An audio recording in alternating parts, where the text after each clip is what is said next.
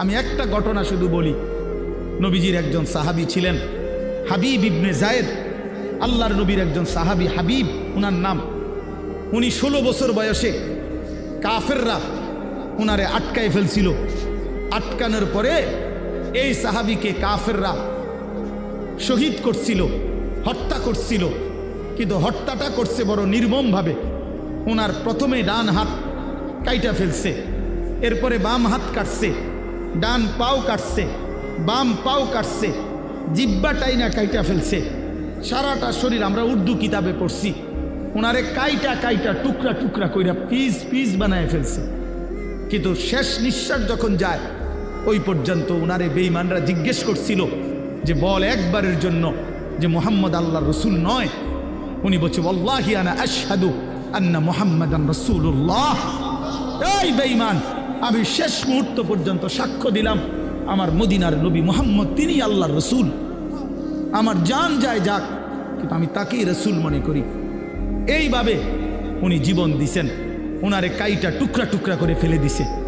আল্লাহর কসম বাপ, প্রিয় ছেলেরা, আমার হাত জোড় করে বলি বন্ধু, এই খবর যখন মদিনায় ওনার মা, উনিও সাহাবী ছিলেন, মহিলা সাহাবী, উম্মে আম্মারা মায়ের নাম, উম্মে আম্মারা, এই মহিলার কাছে খবর আসছে যে মা, তোর ছেলেকে বেঈমান শহীদ করছে, কাইটা টুকরা টুকরা করে ফেলছে, হাত পাও আলাদা আলাদা করে কাটছে, একটা একটা করে শরীরটা গোস্তের টুকরার মতো বানায় ফেলছে। তবে তোর সন্তান মা শেষ নিঃশ্বাস পর্যন্ত মুহাম্মদে আরবি, রসুলে আরবির বিরুদ্ধে একটা শব্দ বলে নাই। খোদার কসম বন্ধু, আমরা কিতাবে পড়ছি ওই মা তখন একটা চিৎকার দিয়া বলছে, মদিনাবাসী শোনো, লিহাযাল ইয়াউমে আরদাতুহু, এমন একটা দিনের জন্যই আমি মা আমার সন্তানকে বুকের দুধ খাওয়াইছিলাম। আমার সন্তান আমার দুধের হক আদায় করছে, আমার রসুলের জন্য জান দিছে, ইসলামের জন্য আমার সন্তান কোরবান হয়েছে, আমার দুধের হক আদায় হয়েছে, আমার 2 বছরের দুধের হক আদায় করছে। লিহাযাল ইয়াউমে আরদাতুহু, এমন দিনের জন্যই আমি দুধ খাওয়াইছি। প্রিয় ভাই, বলো তুমি কাফেরের অনুসরণ করবা বড় হইয়া, এজন্য মা দুধ খাওয়াইছিল? ইয়াহুদির মতো চুল রাখবা, খ্রিস্টানের মতো, কাফেরের মতো? বলো বাবা, 1 ওয়াক্ত নামাজ পড়বা না, এই জন্য মা তোমারে দুধ খাওয়াইছিল? তাইলে বলো বাবা, ইনসাফের সাথে বলো। এটা ফিকির করা উচিত, এটা ইনসাফের সাথে ফিকির করা উচিত।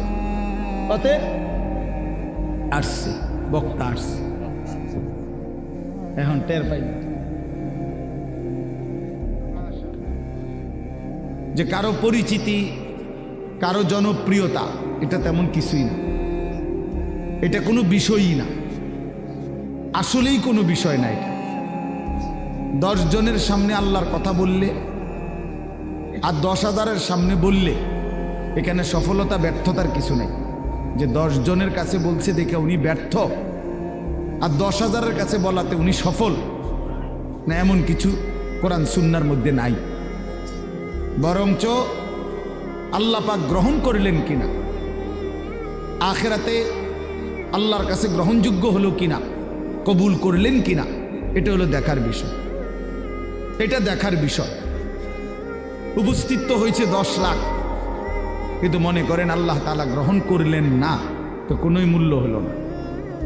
আবার উপস্থিত হয়েছে 10 জন, আল্লাহ তাআলা এই 10 জনকেই পছন্দ করলেন, এই বান্দার কথাটাকেই মহব্বত করলেন, কবুল করলেন, তো সে অনেক দাম, সে অনেক দাম। এই জন্য প্রিয় ভাই, জনপ্রিয়তা কোনো বিষয় না, সুনাম সুখ্যাতি কোনো বিষয় নয়।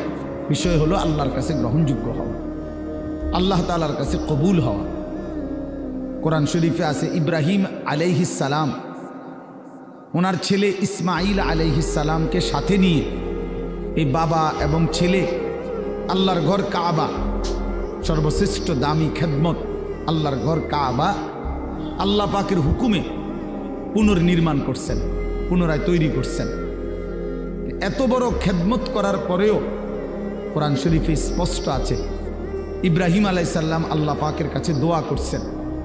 দোয়ার মধ্যে প্রথম বলছেন, রব্বানা তাকাব্বাল মিন্না ইন্নাকা আনতাস সামিউল আলিম। আয় আল্লাহ, আপনি তাকাব্বাল মিন্না, আমাদের এই খেদমত আপনি কবুল করে নেন। তাহলে কাজটা করছেন নবী, আদেশ করেছেন সরাসরি মহান আল্লাহ, দেখাইয়া দিছেন সামনাসামনি থাইকা জিব্রাইল আলাইহিস সালাম।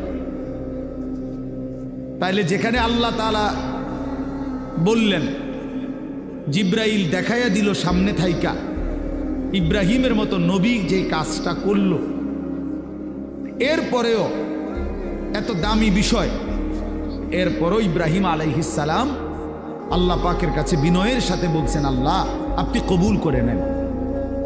তাহলে আল্লাহ কবুল করা, এটা হলো মূল বিষয়। মূল বিষয় কি বলেন? আল্লাহ কবুল করা, আল্লাহ পাক গ্রহণ করা, এটাই মূল বিষয়। এজন্য দোস্ত আমার, বন্ধু আমার, প্রিয় ছেলেরা আমার, সবার কাছে অনুরোধ, বাপ নিজের পরিবর্তন দরকার। আমারে মনে করো 10,000 মানুষ চিনে, কিংবা 10 লাখ মানুষ এখন চিনে, তোমার লাভ কি? আমার জানার বিষয় হলো এটা। সবাই চিনে, মনে করো একবারে 1 কোটি মানুষ চিনে, তো কি হয়েছে এতে? তোমার কি? নওজোয়ান ভাই বলো, এতে তোমার কি? তোমার ফায়দাটা কি? তাহলে কাজে এখানে এটা কোনো বিষয় না। জনপ্রিয়তা, এতে চিনে হেতে চিনে, এটা কিছুই না। আমি নিজের জন্য কিছু নিলাম কিনা, আমার জন্য কোনো কিছু গ্রহণ করলাম কিনা, এটা হলো দেখার বিষয়। এটা দেখার বিষয়। এই জন্য আমরা প্রত্যেকেই, এই শুধু আমার একটা ওয়াজ না, আমরা প্রত্যেকে উলামায়ে কেরামের এই নসিহতগুলো, শুক্রবারে জুমার বয়ান ইমাম সাহেবদের, এবং যে কোনো মাহফিলের এই যে ওয়াজ, উলামায়ে কেরামের নসিহত, এগুলো মনোযোগ দিয়ে শোনা উচিত। আল্লাহর কোরআনের প্রতি আন্তরিক হওয়া উচিত, ইসলামের প্রতি আন্তরিক হওয়া উচিত। নিজের জন্য সবক নেওয়া, নিজের জন্য গ্রহণ করা, এটা দরকার, এটা দরকার। সাহাবায়ে কেরাম এটা বুঝতেন। এজন্য নিজের জন্য নবীজির কাছ থেকে নিত্য নীল আমল জিজ্ঞেস করতেন। আইসা আইসাই নবীজিকে বলতেন, ইয়া রাসূলুল্লাহ মুরনি বিআমালিন দুল্লানি বিআমালিন মুরনি বিশাইইন। ইয়া রাসূলুল্লাহ, আমাকে একটা আমল বলে দেন, আমাকে একটা নেক আমলের আদেশ করে দেন, আমাকে একটা নেক কাজের কথা বলে দেন। আল্লিমনি মিম্মা আল্লামাকাল্লাহ। হে আল্লাহর নবী, আল্লাহ আপনাকে যে ইলম দান করেছেন কোরআন সুন্নাত, আপনি আমাকে সেখান থেকে কিছু শিখিয়ে দেন। এই যে শিখতেন, জানতে চাইতেন নিজের জন্য। হযরত জুনদুব ইবনে আব্দুল্লাহ, একজন সাহাবী, জুনদুব ওনার নাম, 14-15 বছরের সাহাবী। উনি বলেন, আমরা কিশোর ছিলাম, এই বয়সী আমরা 12-14 বছরের ছেলেরা কয়েকজন আমরা একসাথে নবীজির সাথে লম্বা সময় ছিলাম।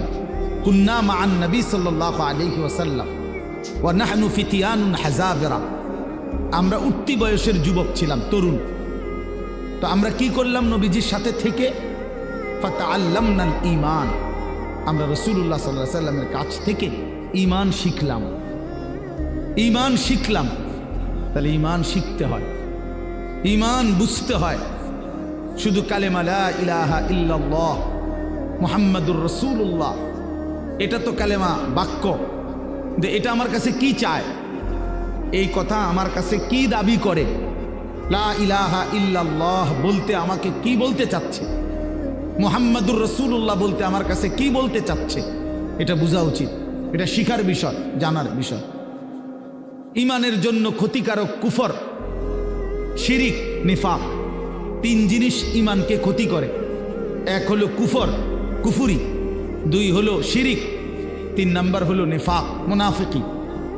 তো এই 3 জিনিস কি কি করলে কুফর হয়, কি করলে শিরিক হয়, কি করলে নিফাক মুনাফিকি হয়, এটা জানা ঈমানের জন্যই জরুরি, যেন আমি সেই ভুল না করি, আমার দ্বারা যেন শিরিক না হয়, কুফর না হয়, নিফাক না হয়। তাহলে এটা শিখার বিষয়। এটা রাসূলুল্লাহ সাল্লাল্লাহু আলাইহি ওয়াসাল্লামের কাছে থেকে সাহাবায়ে কেরাম শিখতেন। হযরত আব্দুল্লাহ ইবনে ওমর বলেন, কুন্না নাতাআল্লামুত তাওহীদ আমরা নবী সাল্লাল্লাহু আলাইহি